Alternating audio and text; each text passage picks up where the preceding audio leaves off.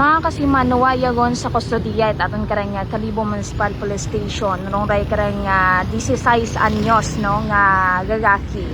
nga imawra mga kasimanwa rong sa likod itry karang Facebook user nga Kalibo Spotted nga nagpang-bomb threat mga kasimanwa sa Puok Integrated School. Kusin nga ni suno sa aton karang mga otoridad hay matapos nga ni nga madiskubrihan no rong aray karang sa likod kuray karang pagpamagag nga mga kasimanwa ay insigida nga ginimbitahan no ray karang CICL sa aton karang istasyon ita kapulisan agkusin nga ni sa pag-istorya no itaton karang mga kapulisan sa ray karang 16 anyos nga gagaki hay suno ka na karang mga kasimanwa hay trip gamang roa na karang ray karang pagpamagag sa nasambitan karang eskwelahan. Kung aton nga matandaan no mga kasimanwa hay ray karang panupod no si Kalibo Mayor Julie Sucro ita ray karang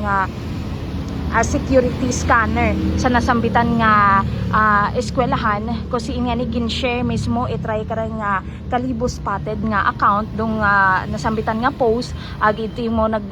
caption no mga kasimanwa nga anak kuno nga tamnan itaray karang bomba sa nasambitan nga eskwelahan. So insigida nga nag-aksyon aton karang mga otoridad kaina nga ni haya na dagagid imaw iya sa aton karang Kalibo Municipal Police Station. Samtang nakatagana nga iga-refer doon na karang kaso mga kasimanwa sa aton karang DSWD.